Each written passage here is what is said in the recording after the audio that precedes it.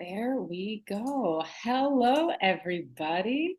Just going to disable our waiting room so other people can come right on in.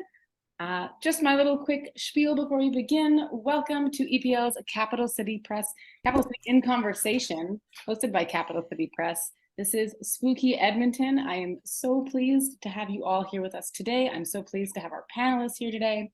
I know that we are meeting virtually, but I want to acknowledge that a lot of us here today are meeting on Treaty 6 territory and the homeland of the Métis Nation. So we are so excited to be sharing that space together and sharing stories together in that space. A little bit of housekeeping. You have been automatically muted just to cut out on background noise. If you have any questions or comments or anything you want to say, you can put it straight into the chat. We will try to answer as we're going along, and if not, we'll have a great time at the end to answer questions. Make sure we have a question period.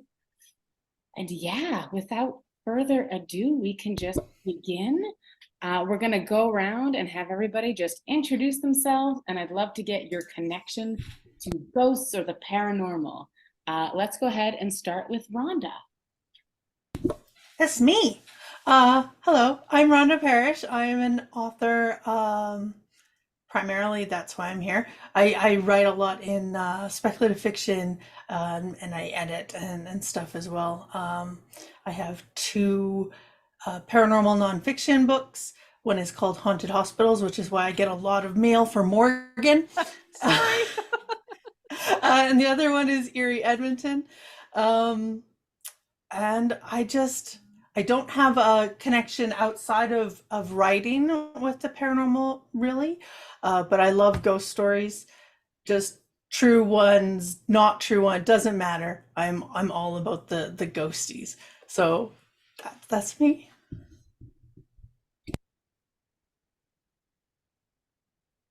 Thank you so much, Rhonda. Let's go to Morgan next. I'm going in the order that you are on my screen. Sure.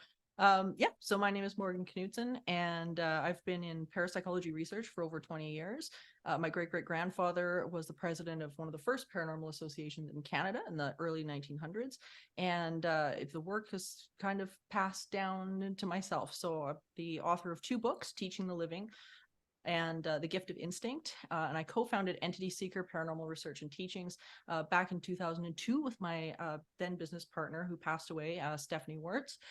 And since then, I've been an expert on haunted hospitals, paranormal 911, a haunting, bunch of other documentaries and things like that.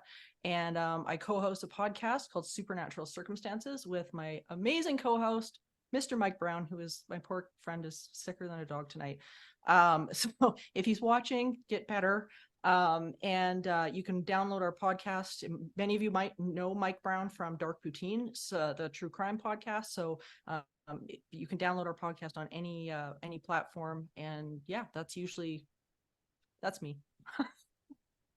Hi, Morgan. Thank you. And last but definitely not least, we have Lindsay. Hi, so happy to be here. I'm so excited for this conversation and to hear from you wonderful ladies. So my name is Lindsey Sharman. I am the curator at the Art Gallery of Alberta here in Edmonton. I curate all sorts of exhibitions, contemporary, historic, Alberta artists and international artists. But specifically, last year I presented an exhibition called Conjured Images, which was an exhibition of historic spirit photographs. And so that's a very specific type of studio portrait, mostly connected to the spiritualist movement. And the exhibition was covering photos about 1860s to kind of 1930s with a couple of contemporary works as well.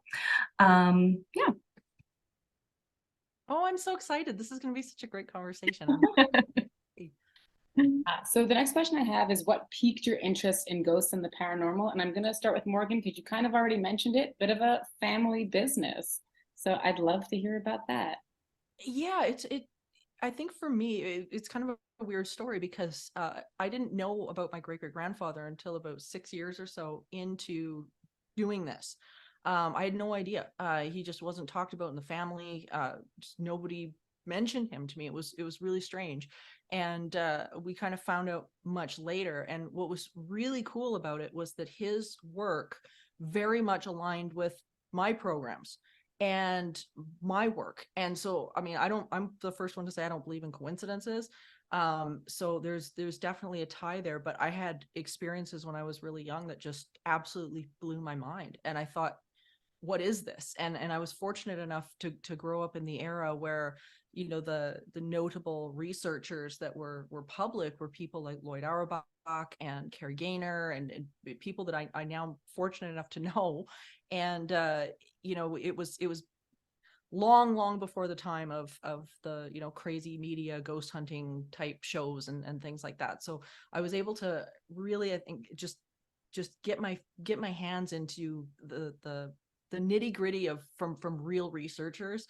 And I couldn't let it go. I think I was born to do this. It was just, yeah, everything just ignited from that point. So cool. Thank you for sharing that. How about Lindsay? What's the first thing that kind of piqued your interest? Hmm. Yeah, I mean, I guess I've always kind of been interested in scary stories and ghosts and things like that. But I guess with spirit photography in particular, this was something that I first learned about actually in my undergrad. And so I had taken a history of photography class, and this was a topic that was covered. And it was just such a like kind of interesting slice of history and interesting you know, kind of aspect of art history. And then really what I really wanted to kind of investigate more, and what I really wanted to kind of think about with spirit photography in making the exhibition that I put together was because really of how dismissive people were of it, and you know, the kind of reactions or perceptions of spirit photography were either really, you know, kind of how silly these people were that they would have believed this, you know, and like these images are obviously fake, or on the other hand, it was, you know, kind of looking at the photographers and you know, kind of accusing them of being frauds and just taking advantage of people in grief. And, you know, there's some kind of truth to that for sure. But I think that, you know, it's you know, really doesn't take into account the agency of the folks who are seeking spirit photos, and also doesn't really take into account the relationship to technologies of the time, how much technologies were changing. You know, photography was fairly new, and so yeah, with that exhibition, I really wanted to kind of think more about why people were believing, and what was happening at the time to encourage that belief. Thank you so much. Yeah, that is super neat. And you're right, thinking about photography at that time and how new it was and like not understanding it. It's fascinating and cool to know. Yeah, thank you. And on to Rhonda. What piqued your interest? I've always been interested in ghost stories. The fiction side. I grew up in a household. My mom was also, I was raised by a single mom, and she was also totally in love with ghost stories and sort of like darker stories. And it really, that sort of shadowiness and the fact that when you dig into ghost stories, there's often a tragedy there. It, I like sort of like that tragic kind of story thing. But the thing that made me like hooked me into writing about it in a nonfiction way as opposed to a fiction way is when I moved into Inglewood, and I was the neighborhood, and I was a few blocks away from the Camsell Hospital, and everybody kept talking about the haunted hospital, and I was like, the what now? And you can't live in it's literally in its shadow and not be somehow affected by it. So that's what actually like hooked me into like, oh, I need to write about this place. So that's how I started doing the nonfiction stuff. Love that. Thank you. I'm going to throw this one out, and whoever feels really eager about it can jump in first. But one of the things we like to talk about in our in conversation panels is Edmonton, particularly. Like, what does Edmonton have to offer? It could be our ghost stories or our history or ghost hunting or anything, but what do we have that's specific to Edmonton or Alberta? You know, close enough.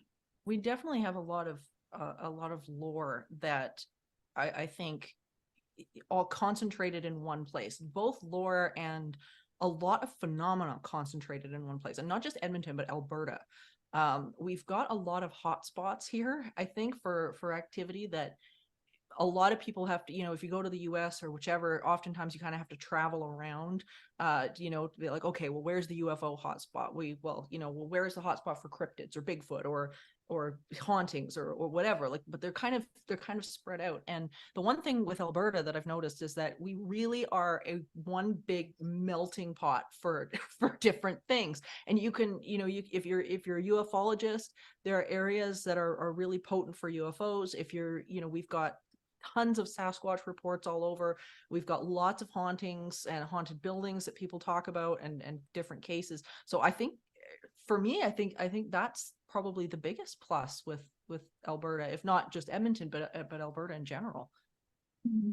Yeah, I think one of the funnest things that happened when I was doing research for this exhibition was not in the actual photographs, because I actually didn't find any of like the specific type of spirit photos. I didn't find any from Edmonton, but as I was leading up to presenting this exhibition, whenever I would mention it to anyone, without fail, they would offer a ghost story. And, it's something that engaged people on a completely different level. I've never had like that type of reaction that, when you say, oh, what are you working on now? And I would offer that. And it was always people wanted to share an experience that they had. And so because of that, I included in the exhibition, there was a place where we had a little iPad set up where you could share your own story. And then we would also record and go through, so you could read other people's stories as well. And so I just was, really fascinated with, you kind of offer this one little kind of opening to people, and they are very, very willing to share. And everybody has weird stories, it seems. Well, and I would. Sorry, Rhonda, just before you answer, just to touch on something that Lindsay said, is that statistically more people have these experiences than not. And the media kind of makes it look like it's the other way around. Like it makes it look like it's just some anomalous thing. But statistically, when you look at the studies, it actually isn't an anomalous thing. The majority of people have this connection to non-physical, which is really, really cool. I just wanted to second what Lindsay said, because I'm actually a skeptic. I think that most things have mundane explanations, but the mundane explanations are boring, right? So I don't like, anyway, the point is, when I was writing Eerie Edmonton, my co-writer is psychic, so she was the believer and I was the skeptic, and we met at a bar downtown and we're like discussing the book. And she went to the washroom and then came back, and before she left, she was like, what's with that like locked door in there? And I was like, I don't know, I assumed the toilet just doesn't work. And she's like, oh, you should definitely tell them that there's they're getting a spirit in there because nobody's going in there. And I was like, and then she like left, and I'm like, you're the believer and you're leaving me here to like tell a person I've never met before, oh, I think your bathroom is haunted. But I was like, so here's my spiel, and apparently the bathroom is haunted. And the server was like, oh, okay, and then told me her ghost story. So just what Lindsay said, everybody has a story. That's a great jumping off point for how do people in the city in Edmonton kind of react to these stories and this. I mean, like, apparently everybody's got a ghost story, but is that in general the reaction we usually get? Well, I do a lot of live shows. I do a lot of live classes and things like that. And what I found really interesting is that the Canadians in general typically, like, they want to talk about it. Like, they want to talk in certain situations about it, But on the whole, if you're talking to businesses or anything like that, they typically are quite cagey compared to the Americans. And it's interesting. Like, you get hotel chains, for example, the Fairmont hotel chain, which is notorious for pretty much all their hotels being there's stories. And if you ask the staff, like, and I've interviewed their staff up one side and down the other, staff will tell you straight out, like, this is what happens. You go to the Fairmont line and they will tell you, absolutely not. Like, we don't want to talk about this. We don't want to tolerate this. Nothing. And so that's typically, it's very strange because as I say, you go to the States and I get a very, very different dialogue in the States. In the States, you get venues like the Queen Mary, things like that are just like, we celebrate this. Like, the small towns all have festivals. They all have like cryptid festivals and haunting festivals and, like, you name it. Canada's got one. And where with the States, it's year round. Like, a couple of my friends, they just emceed one, the Van Meter Visitor Festival in September in this tiny little town called Iowa, Van Meter, Iowa. Every town has got these kind of celebrations, which is interesting. So even though people the shows are full, everybody wants to talk about it. Everybody, like, they want to hear about it. But as soon as it kind of goes past this point, I find people are like, oh, no, like, we don't, you don't want to really talk about that. And even my my producers for both of the shows that I'm running, and probably the next one too, they've run into the same thing where it's like trying to bring people forward for stories is tough. They're ready to tell their story until it's like, okay, but can you talk about it on camera? Oh, no, you can't use my name. So it's rare. It's very interesting dynamic. But yeah, Canadians they're a little bit more reserved, I think, than our southern counterparts. Yeah, and I guess in the exhibition we did have this opportunity to share ghost stories, but yeah, of course it wasn't taking your real name. Yes. More often people were giving fake names, so maybe that's why lots of people were so willing to share in that way. I've had a lot of, I didn't work with like I wasn't speaking to businesses like the Fairmont Hotel Company, or I was just speaking with individual people. And they really did want to tell their story, but they didn't want to, they weren't confident that their story was big enough to matter. And I felt like it was a little bit of like, they watched too much Hollywood and they thought that, although the furniture had to be on the ceiling when it had to be huge. And I was like, no, actually these multitude of creepy things that you're telling me, that actually kind of makes a better story because as the skeptic, it feels more real to me. The big stories are a little easier to find holes in, but the smaller experiences are just as legitimate, but people don't feel like they are. And I'm just like, no, I want those. Give me those. Yeah, well, and the smaller experiences too are the typical ones. Like, those are the typical ones. Like, you don't see Hollywood playing out in people's living rooms, and I think you hit on such a good point, Rhonda, because I think what we've seen on TV and in the theaters has done a disservice in a lot of ways to what people are or believe that they're experiencing, because it's like they're really thinking, okay, well, this isn't how it played out, or shouldn't be how it plays out, or oh, this is just bad and evil, so I should be totally terrified of it. And it's just really not true. Like, this stuff happens all the time and it's really cool. But I think we've been sort of conditioned to be like, oh no, that's really bad, or oh well, I guess I just don't, this doesn't matter, or whatever. And I think, like, yeah, I think Rhonda hit the nail on the head with that. Yeah, we got a great comment too about how it seems to be just death culture in general in Canada that's quite reserved. And that's true. There's a demand. Like, death cafes are a thing a little bit all over. We have done a couple death cafe book clubs to get the conversation started, and we always max out. There's that demand for a space to talk. Yep. So yeah, absolutely. There's a colleague of mine, Dr. Cal Cooper. He runs them in the UK, and they're always full. Like they're always full. And he's done research as well with the University of Alberta, and he researches, interestingly enough, the psychology of hope. And it's really neat because the studies that he does in the UK with these death cafes, I mean, it's such a tie-in to this positive thinking and the idea of hope and things like that. And it's so tied in. But I think, you know, when people think of death, they're again thinking of, you know, the Hollywood image of you know, what this Casper and what's this supposed to look like. It feels like a great connection to, I know Lindsay has done some work with like olfactory elements and death rituals, and I would love to hear about some of that, whatever you want to give us. Oh, sure.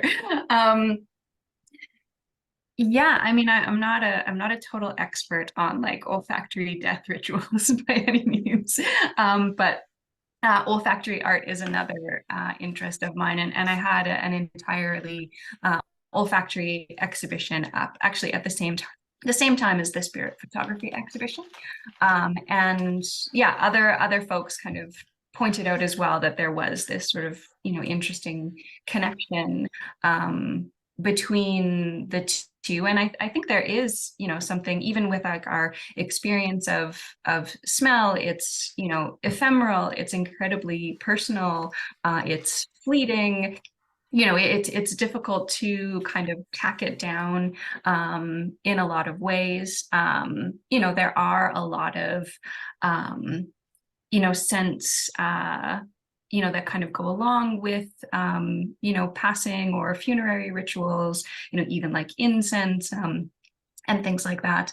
And yeah, I think that it's, yeah, and a kind of interesting, you know, thing. There's lots of course, hauntings that are kind of related to smell. Also, you know, if you smell, you know, a grandmother's perfume, or, you know, the smell of sulfur or eggs, or, you know, rotting, that, you know, maybe would come along with like demonic possession or something like that. Or yeah, you know, like I think, you know, smells are pretty common in, you know, different sort of haunting events, whether you think it's a, you know, olfactory hallucination, or whether you think it's, you know, somebody visiting you. Wanted to leave some space in case anybody had anything to add on that note. Yeah, I think just what Lindsay said is spot on, and we see even in research of you know, people that have experienced hauntings, specifically place memory hauntings, where you've got a repeat of events that are going on over and over and over again, and that's it, typically they're not entirely sure what's causing that at this point in time. There's been ties to electromagnetic fields, but now it seems to be that theory's been shelved, and now they're onto something else. So, but apparently, with place memory, usually it's impacted by a repetition of events or an emotional events or things like that tend to just replay themselves. And often you'll get smells coming along with that. But now the tricky part with it is, of course, you know, lots of other things create smells too. You know, odors stick in walls, and when you start hacking a wall down, you're probably going to release a bunch of smells. There's stuff that, of course, sticks into different fabrics and fibers and stuff like that. But yeah, there's been so many situations where that's not the explanation. Like these smells are coming out of nowhere, and you know, and they're very, very, very specific. And when you've got a group of people that all report the same thing, then you know you've got to take a look at it. So oh yeah, please. Oh, I was just gonna say some of the best stories again come from those little things like the smell, and smells especially because, as Lindsay said, that like that's so strongly linked to memory and whatnot. But that's also where some of the best stories come from. Yeah. So I'm gonna curve a little bit, but one of the reasons I wanted to meet in October is because of Halloween. Of course I did. So this is something we think of when we think of Halloween. We think of ghosts and witches and etc. And what connections are there actually to Halloween? What is there anything that, you know, is more legitimate? Do we have any feelings about Halloween, positive or negative? So you can make fun of me for wanting this in October, or, you know, share something happy, either way.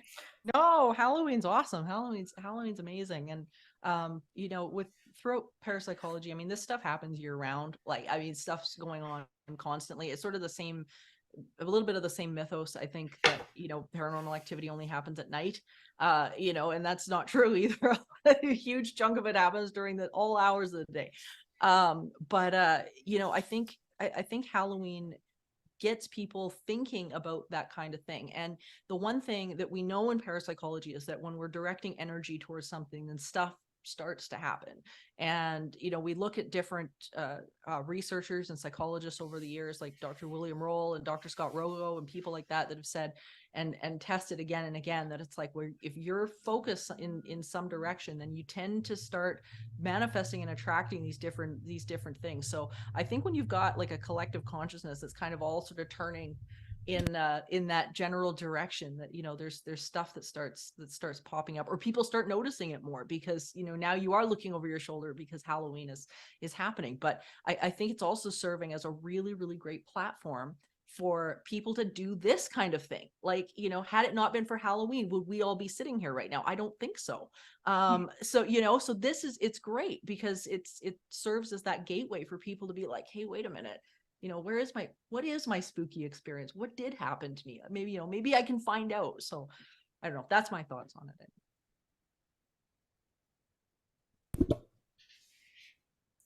I have absolutely no expertise with that sort of connection, but we love Halloween. I got married on Halloween. Halloween is awesome. Cool. Halloween is amazing. So that's my insight.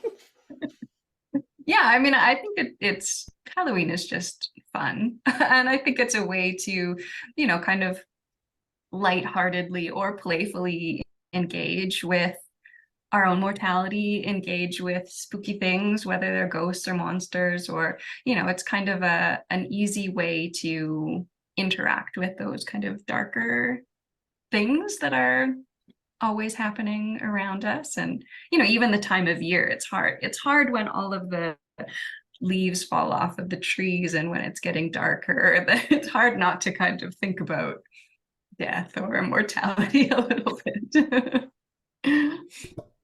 Yeah, when you're surrounded by that imagery all the time, it's tough not to, like Morgan said, turn your gaze in that direction. It's right there. Yeah, it is. And I think, you know, I think, you know, Lindsay touched on something really good too, which is that it's a safe space for people to ask this stuff. You know, you can kind of lean against the water cooler and be like, so my ghost story, you know, and everybody's like you know, normally maybe where they would be like, oh yeah, okay, you got a ghost story, but maybe around Halloween they're just like, oh, you got a ghost story, okay, let's listen to that, let's talk about that. So it's again like really, really great platform for people to be like, well, wait a minute, like, you know, maybe I can start, you know, my research into this for myself. Also, there's a lot of people who, when they first tell their ghost story, they tell it as fiction, even though for them it is nonfiction. Yeah. So if you can use Halloween to open that up, then it enriches the story, like the volume and the world of stories that we have about ghosts, because it lets more people tell their story. That is a great segue to what are some of our favorite Edmonton stories. I know that obviously, Rhonda, you've written a lot of them down.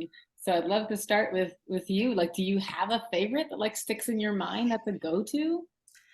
My favorite haunted location in Edmonton is Walterdale. Um, and the Walterdale Playhouse, and it is because it is, that ghost is the most beloved ghost in the city, as far as I can tell. Everybody loves him. The people who don't have a ghost story at Walterdale are kind of resentful that they don't have a ghost story, and they're like, what is wrong with me? I want a ghost story too. And it's a lot of those sort of little stories that we're talking about, people hearing things that don't make sense or smelling things that don't make logical sense. there are some sort of apparition stories where they've seen things. There's a really good story where one actor passes somebody on the stairs when he's leaving the stage and going up to the green room, and then that person, just nobody has any clue what he's talking about. And there's nowhere else that they could have gone. Like there's those sort of stories. But what I really, really love about Walter Dale is that everybody feels not just affection for that ghost, but a personal connection, whether they have a ghost encounter with him or not. And their interpretation of the ghost is also highly personal. So one lady saw something. She was working late at night, and she like looked up and she saw like a shape that was sort of humanoid, kind of not, vaguely purple, shouldn't be there. Looked at it, thought, huh, and then went back to work. And then like an hour later is driving home, was like, wait a minute, that was weird, right? Like that shouldn't have happened. And she was like, and that is my ghost.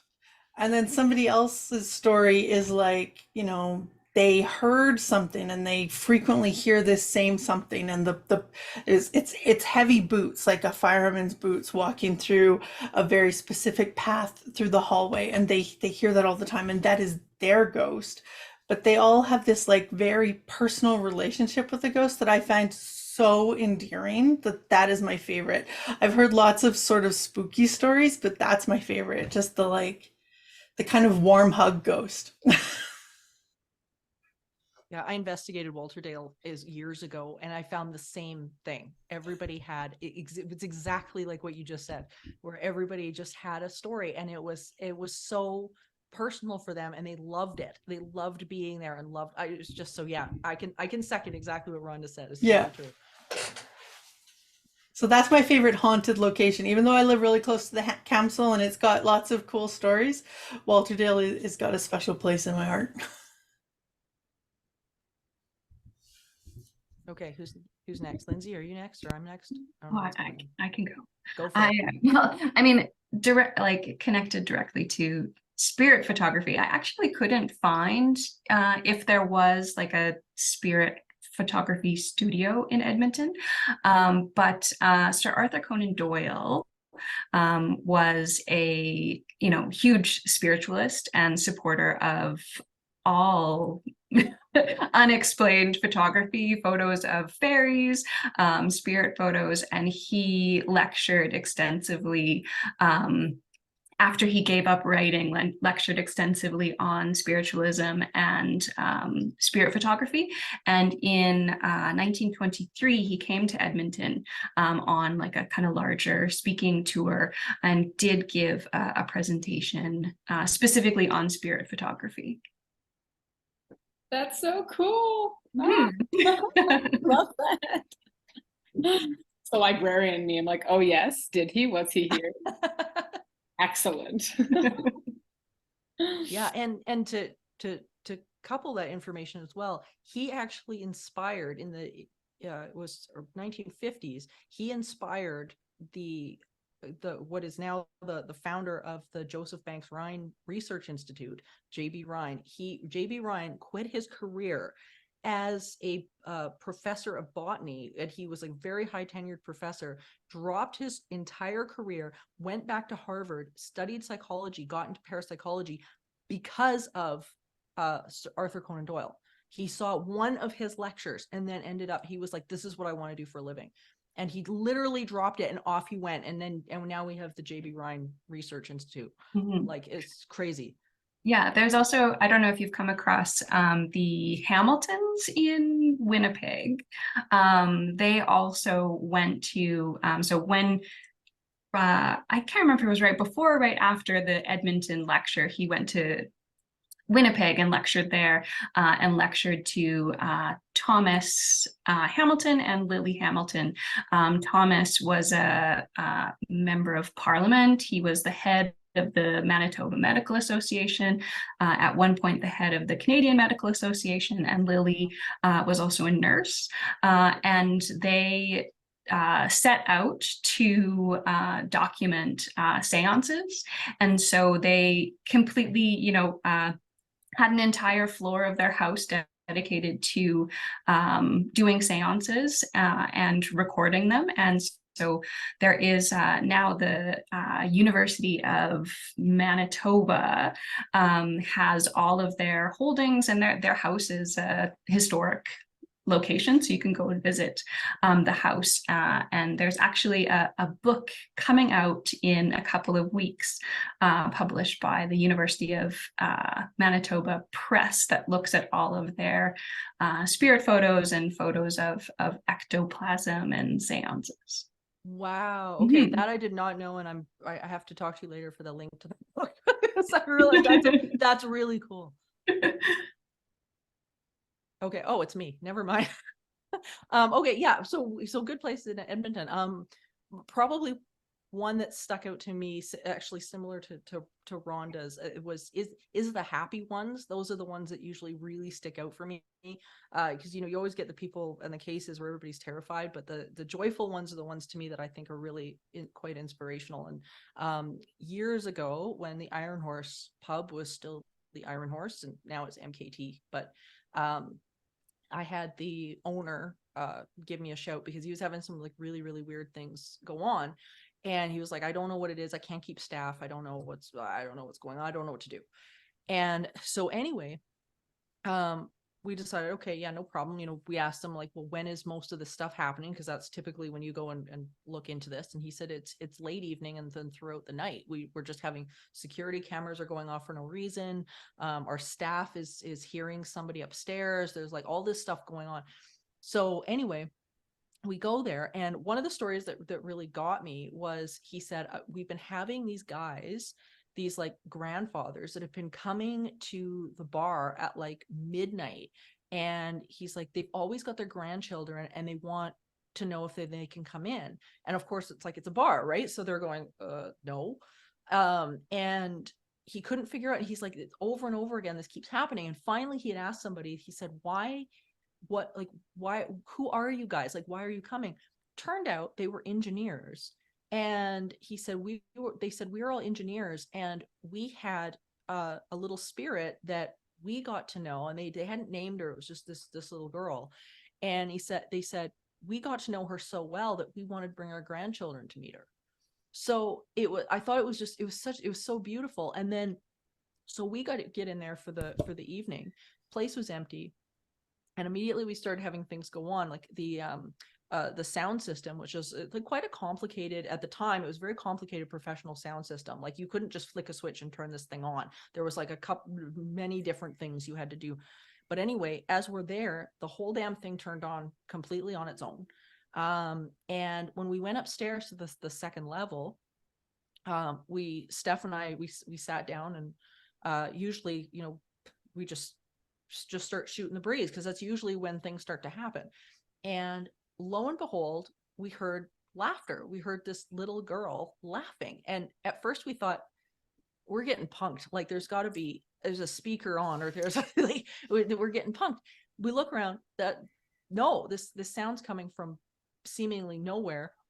We walk over to where we hear the sound coming from, and we hear these footsteps running from where we were to the other side of the upstairs. And we hear just like thump, thump, thump, thump, thump, thump, thump. And then the laughter again. And we looked at each other and we're like, kidding me.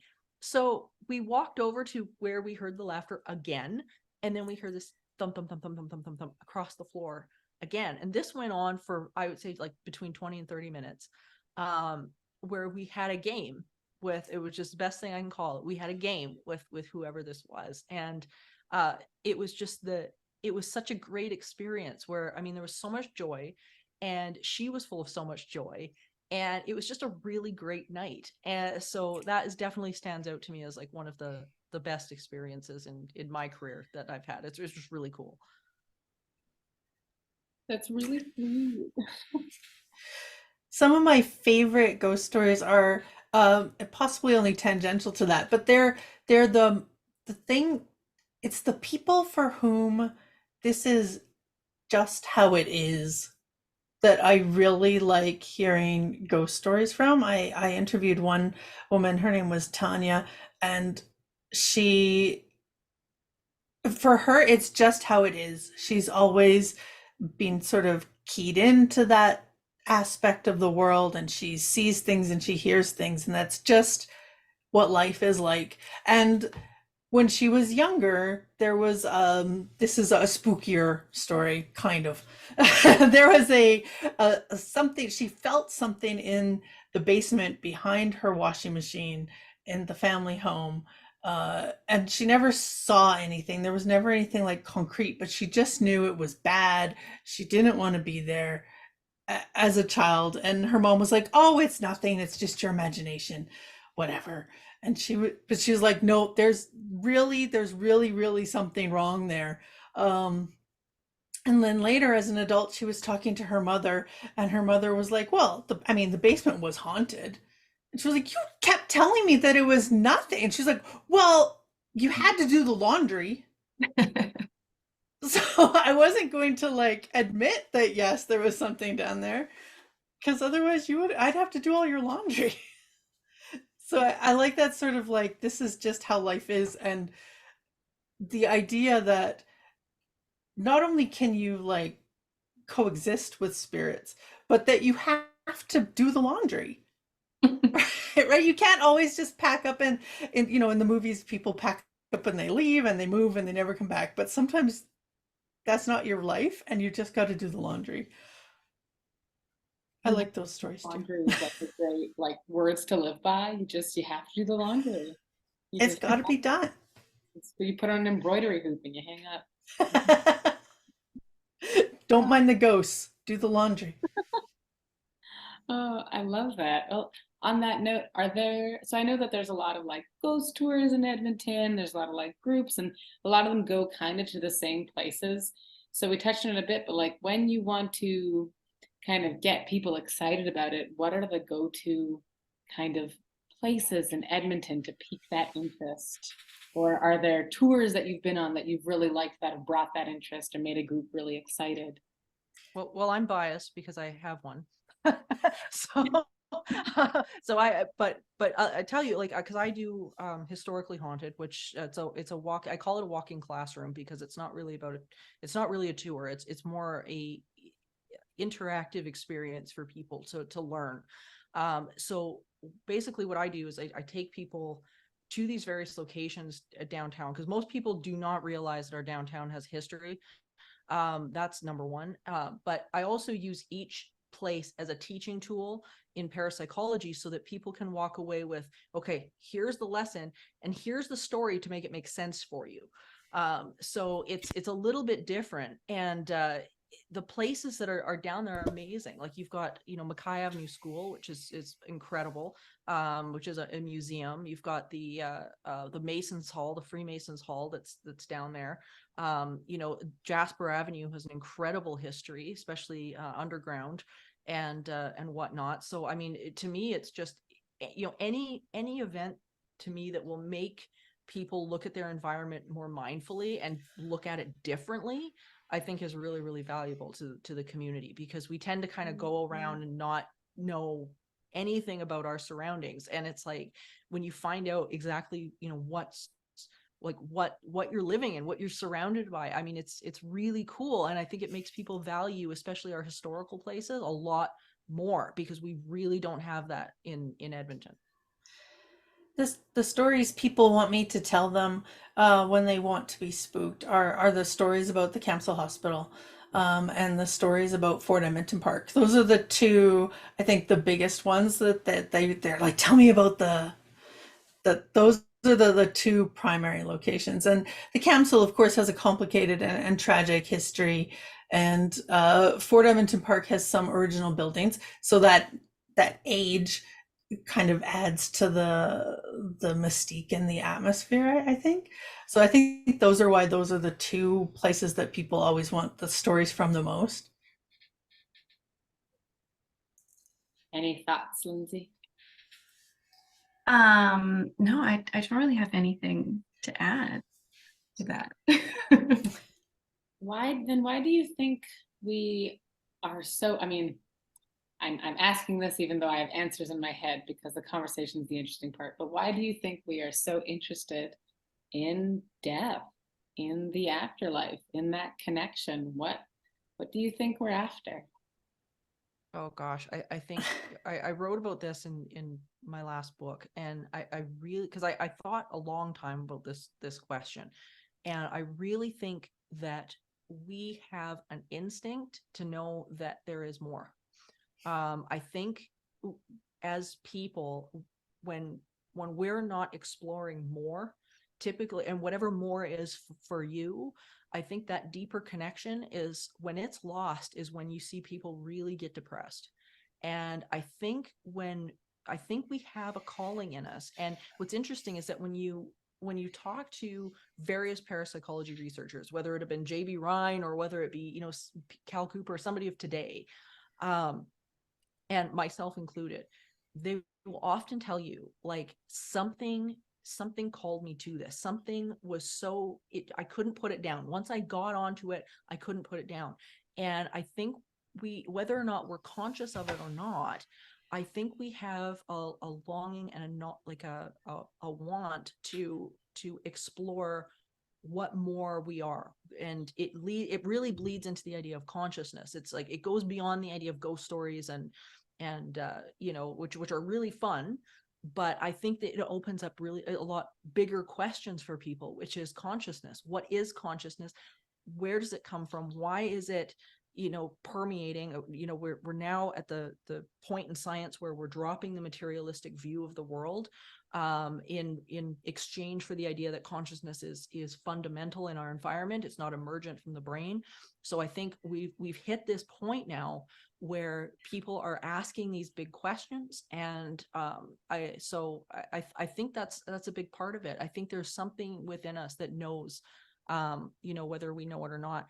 I had just to sort of add on to this, and I'll shut up. But my Stephanie, before she passed away, her grandmother passed away as well. And her grandmother was extremely she was very strict religious, very, very strict.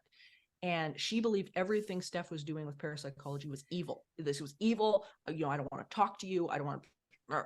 That was it. And that she ended up diagnosed, I believe it was cancer, but it was terminal diagnosis. And interestingly enough, and I've had this happen myself as well, she got on the phone with Steph for the first time in years and said, I want to sit down with you. I want to know what it is. I want to know what's out there.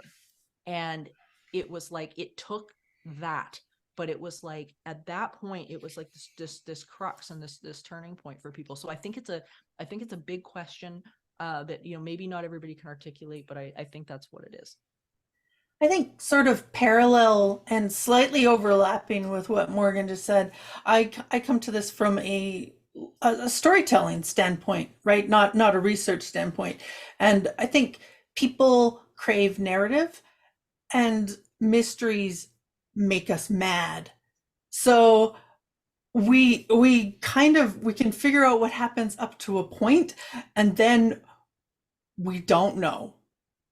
Everybody, not everybody, lots of people think they know. We all have, or lots of people, I need to stop generalizing. Lots of people have ideas and theories, and some of those are very plausible, but nobody knows for certain. So I think that our brains fixate on that question mark. We get hooked. It's shaped like a hook for a reason, right? We get hooked on the question of what if and what comes next, and we want to know what the ending of the story is. That's my theory. And I think what might bug people too is the fact that there doesn't seem to be, even with the research now coming down the pipe, that the ending isn't there.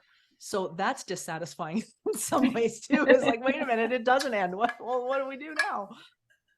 Yeah, I completely agree. I think, yeah, we're so interested in it because it is unknown and it is seemingly unknowable. And, for the most stringent believer or skeptic. Like you don't know and you can't know. And it's also just so weird. It is just like the most bizarre thing to, have somebody and have them pass and then they're not there. Like it's just our brains, like it's just like such a stretch for them. It's just like it's bizarre. It's definitely bizarre. I remember, like, I don't know why this hit me one day, but it was like I was much younger. I think I was a teenager, and I was hit with the realization that at some point I'd stop existing. And then I was like, oh, thoughts, which is not, there just won't happen one day. And then you get into that like moment of like anxiety, panic. I'm like, what do you mean they won't happen? That seems wrong. And it's almost, it feels impossible to understand because I'm trying to understand it in my mind, which I think will end. So it feels a little bit like, oh, that doesn't compute. The parts aren't fitting for me. So I used to get stuck on one day I won't exist and what will that feel like? And just like go around and around on that little, yeah. yeah. It's I Like, think well, if you don't exist, it can't feel like anything, but Yeah. how does, yeah. Yeah, just the impossibility of nothingness. That's a great book title. There you go. You can have Somebody it. needs to. I may steal it. Go for it. coming soon to the library near you. I know what I'm writing for NaNoWriMo. Oh, all right. Let's shake it up and make it maybe a little bit more fun again and a little bit less sad and Deathy. yeah. So I know, Morgan, you've talked about cryptids a little bit. Do we have any cryptids specific to Alberta, specific to the West, Western North America? But Yeah, absolutely. Alberta's one of the hot spots, especially for things like Sasquatch. That's probably the most noted in Alberta, anywhere from Calgary, all the way up in the west to Nordegg, and places like that, and actually not that far outside of Edmonton as well, in and around lots of encounters in and around Pigeon Lake, and places like that. So it's interesting because it's a lot closer than what I think most people realize. We think of the mountains or deep forests and things like that, and ever since the quarantines, people have been reporting them coming a lot closer to cities. So that was kind of interesting. There's also been quite a number of reports of Dogman, which is an interesting phenomenon. It's kind of more of a spiritual phenomenon that again ties back to some of the First Nations legends and things like that. But a lot of Sasquatch encounters, which is really interesting. And again, it leans to the idea of, here you go down south to places like California and whatnot. And of course, they're all the Sierra Mountains, all known for things like Bigfoot, not talked about up here at all. But the reports from like the Alberta Bigfoot organization, for instance, are a mile long, and there's been tons of tracks discovered over the years and whatnot. So yeah, so there's been a lot seen. So hopefully that can be eventually a conversation with people too, because it's a pretty neat phenomenon as well. There's an organization or group in the States that was specifically collecting Blackfoot Sasquatch stories. Cool. I can't remember the name offhand, but it was, like on the American side. Mm-hmm. That's really, yeah, there's so many. And there was a fellow in Nordegg for a while, and his name is escaping me at the moment, but he passed away recently, but he was a hunter, and he would set out trail cams, and in up north that way, they were seen all the time by the hunters. Like you start asking hunters and First Nations and whatnot that live out there, and they'll tell you straight out, they're like, no, they're there all the time. And that's why they were part of the totem poles, and they were part of they were just there. And they've got a very spiritual connotation, depending on who you talk to. But Lindsay, you were mentioning the Blackfoot, but even the Cree and the Métis, people of the First Nations, they actually believe that Sasquatch is spiritual, that it's there to protect the forest, that it's there to deliver kind of a message to us to say, hey, respect the wild. So it comes with a lot of lore and lessons and things like that as well, which is cool. But there's a lot of physical evidence at this point that these things are real. I mean, DNA has now been found. They've had, the tracks have been found, and so on and so forth. So I think, maybe Alberta will finally be recognized as a as a cryptid home at some point. They're also meant to have a very specific smell. Yes, they are. I've never encountered one. I've never smelt one, but apparently. Wet dog and what was it? Wet dog and feces or something like. It's supposed to be really bad though, like horrendous smell. I'll pass. Yeah, you smell them before you see them, apparently. Do you think people are more willing to talk about cryptids or ghosts? What's well, I know a lot of people send in the reports about the cryptids because I think a lot of people see that as an unknown animal. Like, this is an unknown animal, so I'm having this sighting.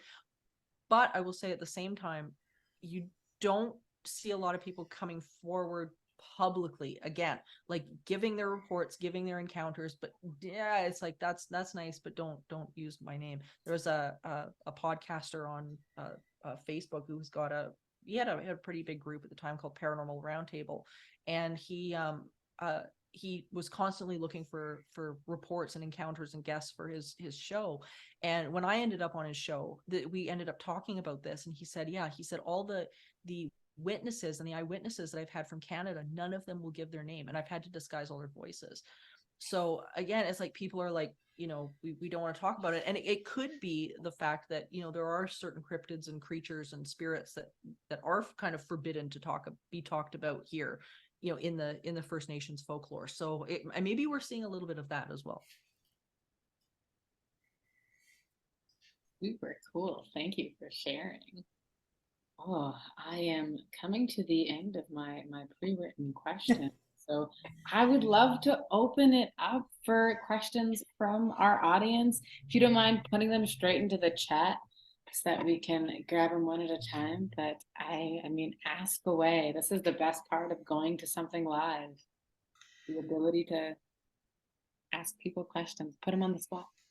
Yeah. Well, I mean, there's so much to talk about in this field, and it's funny because when Mike and I are doing Supernatural Circumstances, I mean, we've had on, oh my God, I don't know, like so many guests now, and every single time we learn something, like every single guest we have on, we're just like, oh yeah, we think we know this subject, and then we get into it with somebody who is like genuinely an expert in this, and you're like, I know nothing, like. I know nothing of this world. I don't know what's going on. Like it's so cool. So I mean, yeah, if anybody's thinking to themselves, "Oh, my question is stupid," no, believe me, it's not. One of my favorite parts of the I've done 2 nonfiction ghost books, and the first one I didn't talk to very many people. The second one I talked to a lot of people. I love both books, but the one where I got to talk to a lot of people was so much more fun to write. Just being able to talk to people and hear their stories and get that nuance that you don't get from just reading reports or whatever. It was pretty awesome. Oh, I see a question, so I will stop talking. Aaron asks, how do you handle those stories, conversations that you can't talk about out of respect? Like you said, rhymes with glow. I don't know what the rhymes with glow part means. I'm a little unclear on that, but the conversations, I mean, if you're talking about people's stories, I mean, you just, if somebody says, I don't want this to go public, then you just don't make it public. You just, you let them talk, and then just, move on. There's an element of belief systems and stuff like that go into some of the folklore stuff. But it almost gets to the point where you can't make everybody happy because everybody has got a different stance on some of these subjects.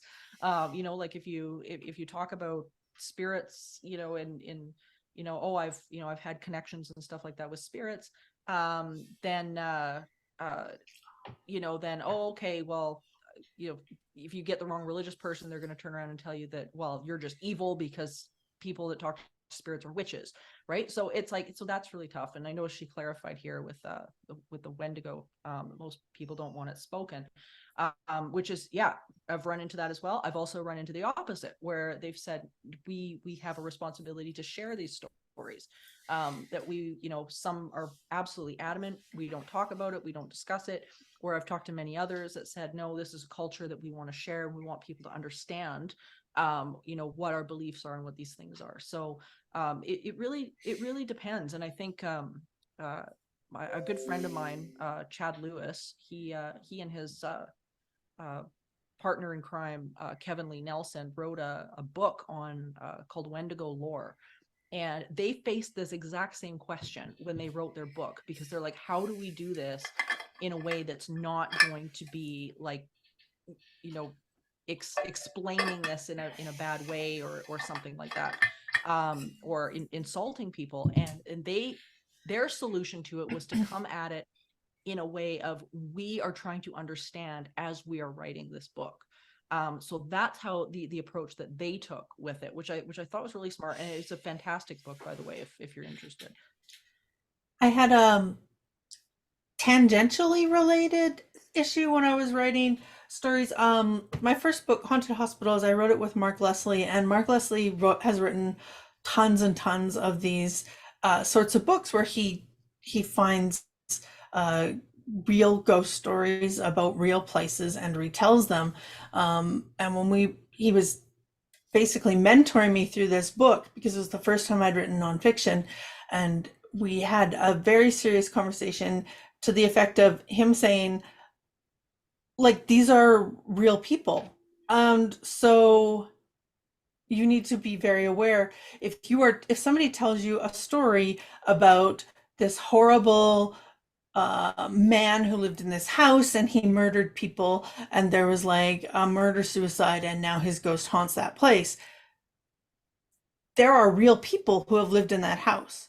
So if that story is true, or if it is not, there are real people who live there who are connected to that location, who, if you tell this story as it has been told to you, with then that horrible evil man who murdered whatever, what has family, potentially has relatives, has so you have to be very aware when you are telling other people's stories for them, and respect that this isn't, in my case, it's not fiction. These are real people. Most of the writing I do is fiction. It's not real people. So I was very, very careful about, you know, my cousin said this thing, or, you know, I wanted close point of view stories, and to be aware of the fact that these don't just live in isolation. That it's part of a real world that affects real people. So I just kind of kept that in mind. It's not quite the same thing as what you're talking about, but it is tangentially related to it. Yeah. Linda asked a question. What are your thoughts on Devas? I don't know what that is, so I apologize if I mispronounced it. So if someone wants to also tell me what that is, I'd appreciate it. It's a Zoroaster term for negative entity. I think that's what she's referring to. So my take on negative entities, just in general, is from what I've uncovered through my research and through a lot of history of academics looking at this as well, is that they seem to be projected thought forms, which is usually throws people for a loop. They're like, what in the hell is that? But what they've come to understand over the years is that our energy and our focus is very powerful. And in the same right that we have the ability to do psychokinesis, for instance, and for people who don't know what psychokinesis is, or PK, it's when your high emotions can end up as physical energy, which ends up projecting itself outward. So you'll see things like move across the room, doors slam when somebody's angry, things like that. But what they're uncovering, and this goes back to the big question that we kind of touched on before, where is consciousness coming from? Is it coming from the brain, or is it coming from the environment, and our brain is translating it? And basically what the idea is that these thought forms, when we have a lot of negative stuff going on, that energy in and of itself can be focused on enough to think on its own. And there was, interestingly, in Ontario, there was an experiment that actually proved this concept twice. An experiment called the Philip experiment, and it was done in Ontario by Mensa and a group of medical professionals, was nurses and whatever involved. And interestingly enough, they were able to actually do this. They ended up creating a consciousness from nothing. They even made they made up a character, and they got this character to the point where it was like interacting with the environment. And there's, if you go on YouTube, you can actually see the videos. It's pretty cool. But anyway, so that's kind of my thought on what anytime you get an idea of supernatural or negative supernatural stuff, usually that seems to be what it comes back to. And if you can look at the circumstance going on in the person's life, and you can look or in the environment, what's been in the environment, you can usually see that the negative energy is directly reflected. When I wrote my book, Teaching the Living, that's what my first book was about, was this concept. And it was so interesting because when you looked at the people that were saying, I don't know where this came from, if you start to like dig into like what's going on with the person, you can actually figure it out pretty quickly what's happening. So that's my thought on negative entities. I don't think it's like it's definitely not the stereotype thought, but there's enough papers on it now and things like that I think you can make a pretty solid case that that's what's going on. Questions are getting very specific about research, so we're going to hear a lot of Morgan talking. Please jump in if you have thoughts, I'll take them. But Quinn asks, when researching or visiting haunted areas, so it is for anyone, did you note which places reportedly had lead pipes or known carbon monoxide leaks, and noticed a correlation between those things and reported paranormal activity? That's a really good question. Not so much carbon monoxide or lead pipes. What I have found though is a lot of correlation with things like electromagnetic fields, like really, really high levels. And for people who aren't aware of what the effects can be of those, it's actually pretty crazy. It can mimic a haunting like nobody's business. That feeling of being watched, seeing shadows out of the corner of your eye, all those types of things is very indicative often of high electromagnetics. Nightmares, night terrors, sleep problems, headaches, passing out, like all sorts of crazy stuff, even mood changes. So there's a lot of things like that you're kind of looking for. Edmonton has really, really bad for like really high levels of EMF. Like I've been in certain places where my meter's literally flatlined when I've been looking like at the levels for this stuff. It's unbelievable. But so that's one of the things that I've noticed over the years, that seems to be a really common problem here. The other thing that you're always looking for too is when I was still doing investigations regularly, I had a registered nurse who was there as well. And that was the one thing she was always looking for, was things like medications. So if you've got interacting medications, like that's a big red flag. Like you want to turn around and it's like, that's no longer my problem. Like you go back to your doctor. So stuff like that, we've definitely noticed. My business partner, Stephanie, who I mentioned, she was a architectural technologist. So one of her jobs to read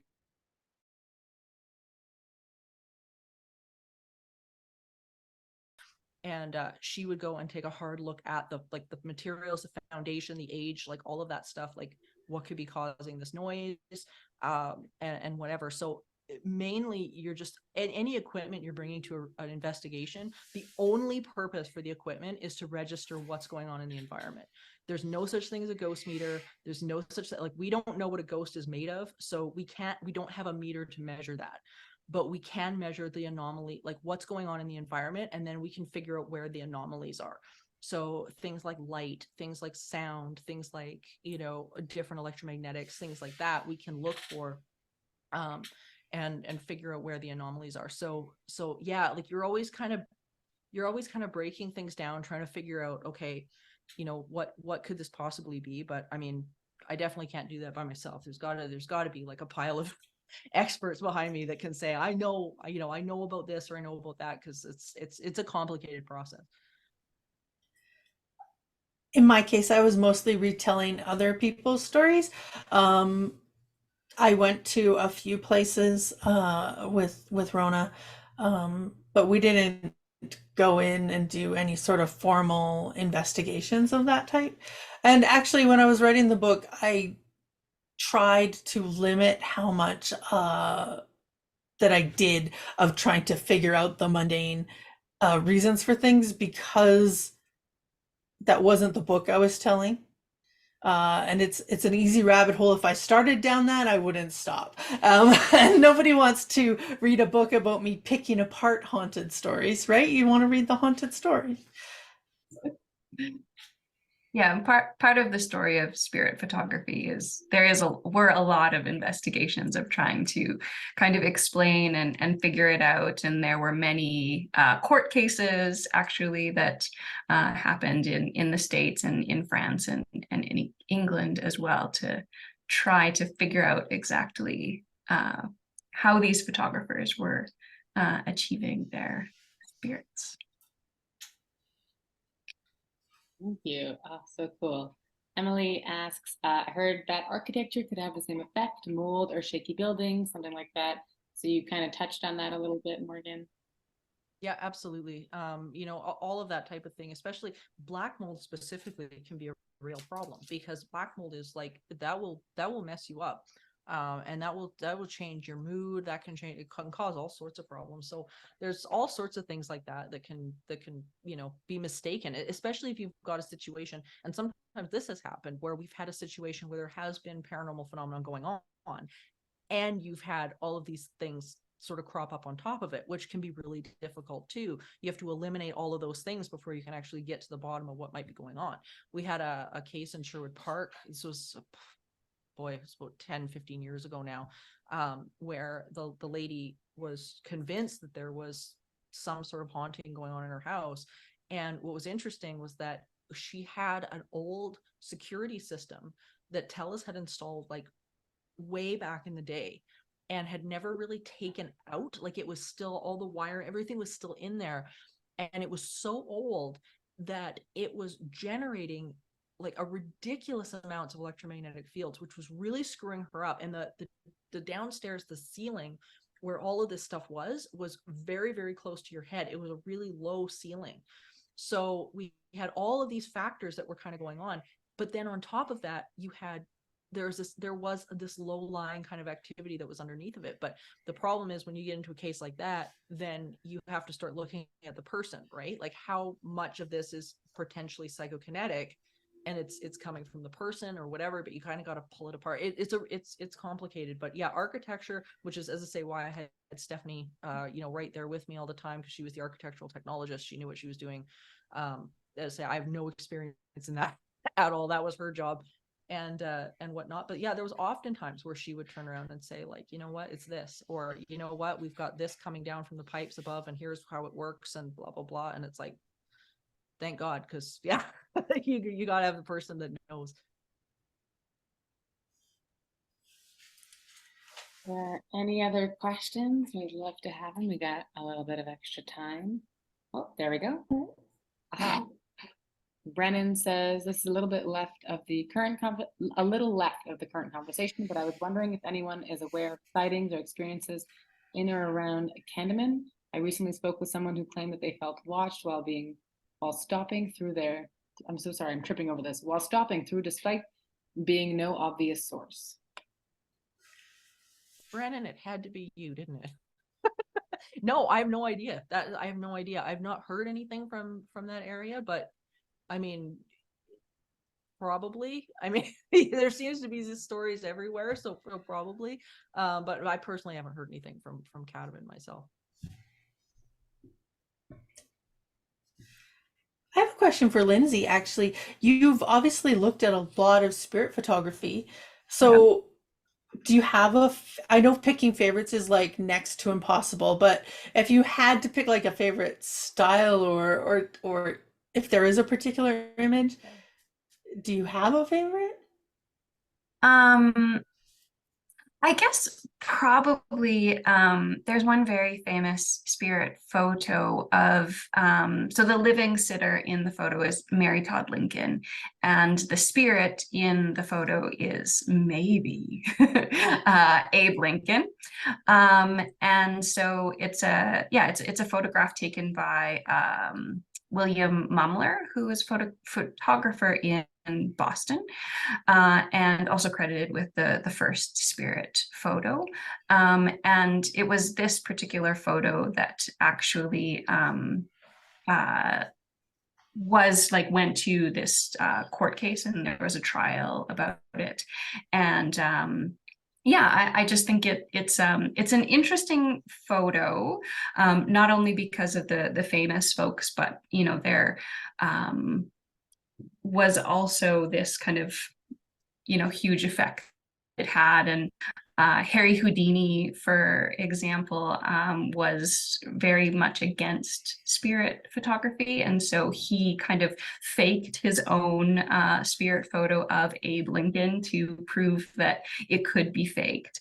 But what's interesting about this particular photo is that in the court case, they actually came up with 10 different possibilities of how the photographer could have made it.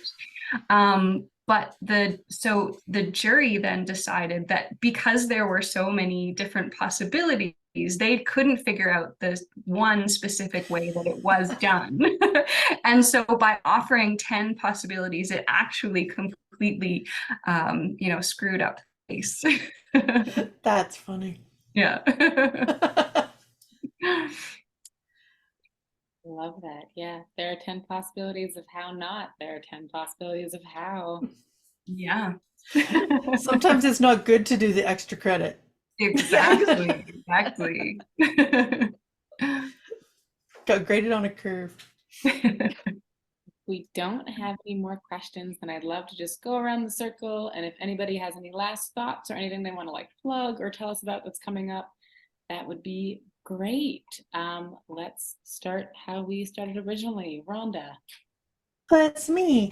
I do a lot of stuff. I wear a lot of hats. The best place to find all of it is on Patreon. So I'm at patreon.com/Rhonda Parrish. Other than that, my books, Haunted Hospital and Eerie Edmonton, are both in the library, and you can check them out there. Yeah, that's me. Thank you so much. Morgan? Yeah, sure. So the one-stop shop for me is entityseeker.ca, and you can find everything there. Both my books, Teaching the Living, From Heartbreak to Happiness in a Haunted Home, as well as The Gift of Instinct, Paranormal Lessons for an Extraordinary World, are both there, and links to tons and tons and tons of video to keep you there for hours. And my podcast, Supernatural Circumstances with Mike Brown, can be downloaded on any podcast platform, including iHeartRadio and Audible. So Supernatural Circumstances, definitely subscribe. We have some crazy conversations with some amazing people in the field. And yeah, I mean, you could see me, and you'll see me on haunted hospitals and stuff. I'm somewhere. I'm always somewhere. But and then next week, I think it's next Thursday, I will be doing a historically haunted immersive walking classroom in Strathcona, which is very rare for me. But I will be in Strathcona, and the links to tickets are on entityseeker.ca under the events page. And yeah, so hopefully we see some of you guys out there. Thank you. Lindsay, anything you want to share and I do. I'd love to do a plug for, this is not my work, but the book that I was mentioning that's just out with the U of M Press. It's called The Art of Ectoplasm. You can find it on their website. I'll also put the link in the chat. There's another conversation that I will put in the chat here as well. It's through one of my favorite artist-run institutions. It's the Institute for Art and Olfaction. So if you're interested to know more about about the smells of seances. They have a talk on Sunday that is specifically about that. And if you'd like to see my work, it's up at the AGA all the time. So please come visit. I want to thank the three of you so much for sitting down with me and chatting with me. This was so wonderful. And I want to thank everybody who came and joined us from all over. I love these panels. I love them so much. And I'm so glad that we all get to kind of sit and chat. So thank you so much. I'm going to end the Zoom and the recording's going to stop, but I very much appreciate you all for coming and for chatting. It's been wonderful. Thank you for inviting us, and thank you Yeah. everyone for coming. Yeah, I feel like I've just like met 3 new people that I just really like. So there we have a good night, everyone. Have a All great right. Thank you so Night. much.